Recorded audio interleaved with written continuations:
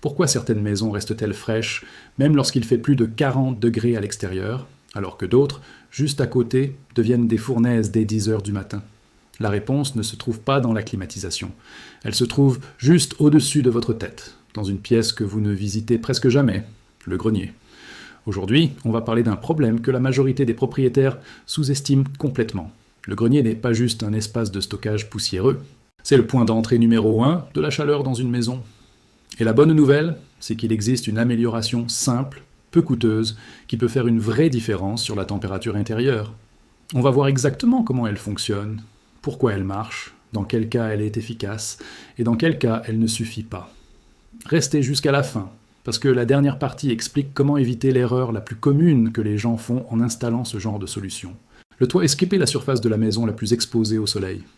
Contrairement aux murs, qui reçoivent la lumière de façon oblique, la toiture reçoit un rayonnement quasi direct pendant une grande partie de la journée. Sous l'effet de ce rayonnement, la température de surface d'une toiture sombre peut dépasser 60 à 70 degrés en plein été, selon le matériau et la couleur. Cette chaleur traverse la couverture, chauffe l'air du grenier, puis se diffuse lentement vers les pièces habitées, surtout si l'isolation entre le grenier et le plafond est insuffisante. Résultat, même si vos murs sont bien isolés, une grande partie de la chaleur ressentie dans les chambres à l'étage vient d'en haut, pas d'à côté. Un grenier mal ventilé agit comme un piège thermique. L'air chaud monte, s'accumule sous la toiture, et n'a nulle part où aller. Sans échappatoire, cette chaleur reste bloquée pendant des heures, parfois même après le coucher du soleil. C'est là qu'intervient le principe physique central de cette vidéo, la convection naturelle. L'air chaud est plus léger que l'air froid, il monte donc naturellement. Si on lui donne un point de sortie en haut du grenier, et un point d'entrée d'air plus frais en bas, on crée un flux continu qui évacue la chaleur sans consommer d'électricité. C'est exactement le principe utilisé dans l'architecture traditionnelle depuis des siècles, bien avant l'invention de la climatisation. L'amélioration dont on parle aujourd'hui, c'est l'ajout de petites grilles de ventilation, aussi appelées évents de sous-toiture, installées au niveau des avant-toits, c'est-à-dire le rebord bas du toit. Concrètement, il s'agit de petites ouvertures grillagées, parfois en plastique ou en métal léger, qui permettent à l'air extérieur plus frais d'entrer sous la toiture par le bas, pendant que l'air chaud s'échappe par le haut, via une sortie existante ou un évent de faîtage. Le coût de ces grilles est effectivement très faible, souvent autour de 10 à 20 € pour plusieurs unités, selon la taille et le matériau. C'est cette accessibilité qui rend la solution intéressante. Pas besoin d'un budget de rénovation complet pour améliorer significativement la circulation d'air. Sans entrée d'air basse, un grenier peut avoir une sortie d'air en haut, mais rien pour la remplacer en dessous. Le flux d'air reste faible, voire inexistant. En ajoutant ces grilles basses, on complète le circuit de ventilation. C'est un peu comme une cheminée. Pour qu'un feu tire bien, il faut une entrée d'air en bas et une sortie en haut. Sans entrée basse, la fumée stagne. C'est exactement la même logique thermique dans un grenier. Des études en physique du bâtiment montrent que ce type de ventilation croisée peut réduire la température du grenier de plusieurs degrés par rapport à un grenier fermé, ce qui allège ensuite la charge thermique transmise aux pièces en dessous. L'ampleur exacte dépend cependant de nombreux facteurs. Orientation du toit, couleur de la couverture, climat local et qualité de l'isolation existante. Il faut être honnête, cette amélioration seule ne transforme pas une maison surchauffée en maison climatisée.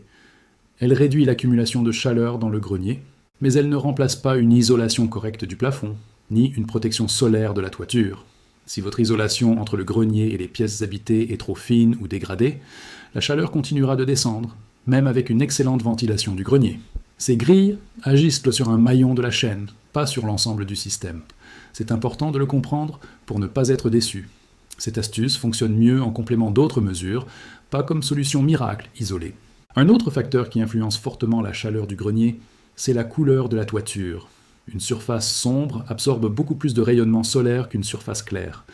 Des toitures de couleur claire ou avec un revêtement réfléchissant peuvent rester nettement plus fraîches en surface que des toitures foncées, sous un ensoleillement identique. Ce n'est pas une règle universelle applicable partout, notamment dans les climats froids où une toiture sombre peut être un avantage en hiver, mais dans les régions chaudes, ce facteur compte énormément. Si vous prévoyez de refaire votre toiture un jour, garder cet aspect en tête peut faire une différence durable, en complément de la ventilation. La ventilation évacue l'air chaud. L'isolation, elle, ralentit le transfert de chaleur vers l'intérieur. Les deux fonctionnent ensemble, pas l'un à la place de l'autre. Une isolation efficace au niveau du plancher du grenier agit comme une barrière. Même si l'air du grenier est chaud, Une isolation suffisante limite la quantité de chaleur qui traverse vers le plafond des pièces habitées. Les matériaux courants comme la laine minérale, la ouate de cellulose ou les panneaux isolants rigides ont chacun leurs avantages et leurs contraintes en termes de coût, de facilité d'installation et de résistance à l'humidité. Le choix dépend du budget, du climat et de la configuration du grenier. Dans certains climats très chauds, on utilise aussi ce qu'on appelle un écran radiant.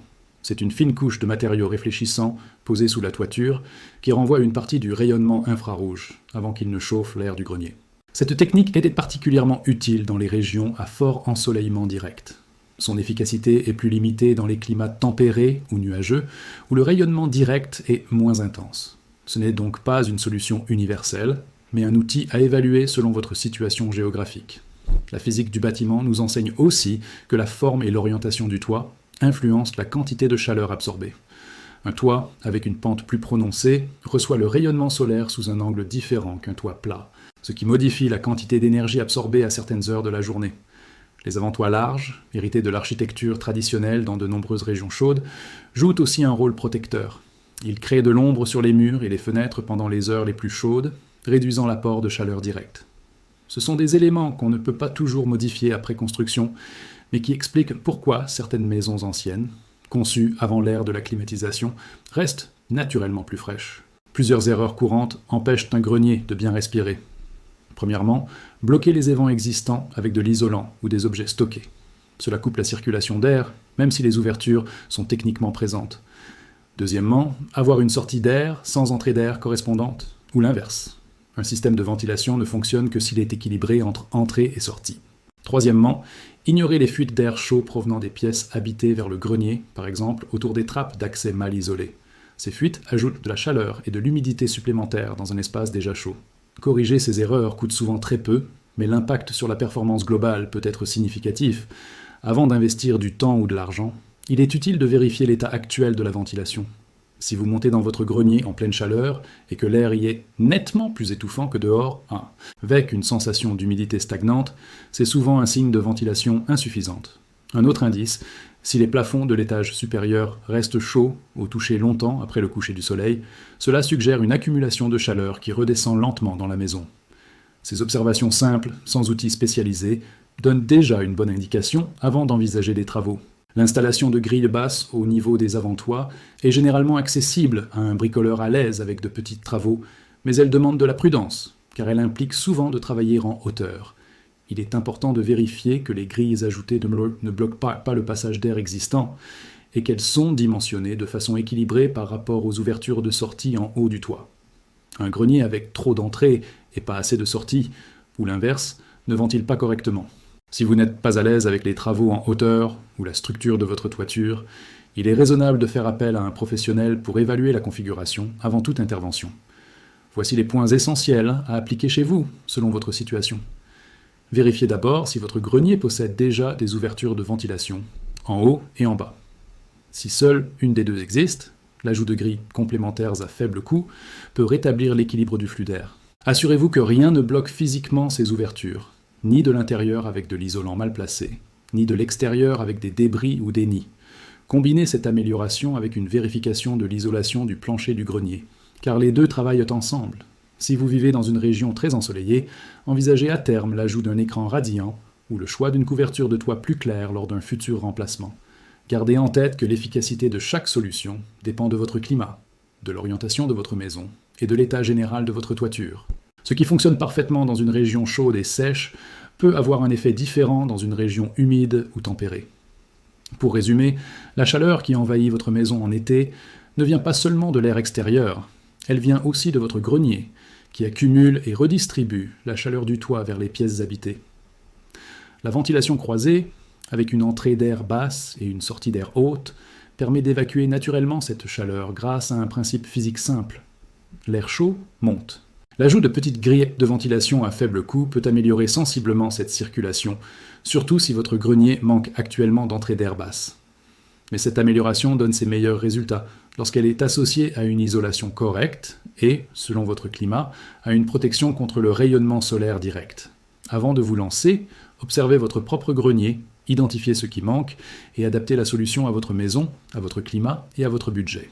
Les petites interventions bien pensées peuvent avoir un effet cumulatif surprenant sur le confort de votre logement. Si cette vidéo vous a plu, abonnez-vous à Refroidissement Caché pour découvrir davantage de solutions intelligentes afin de garder votre maison fraîche et d'économiser de l'énergie.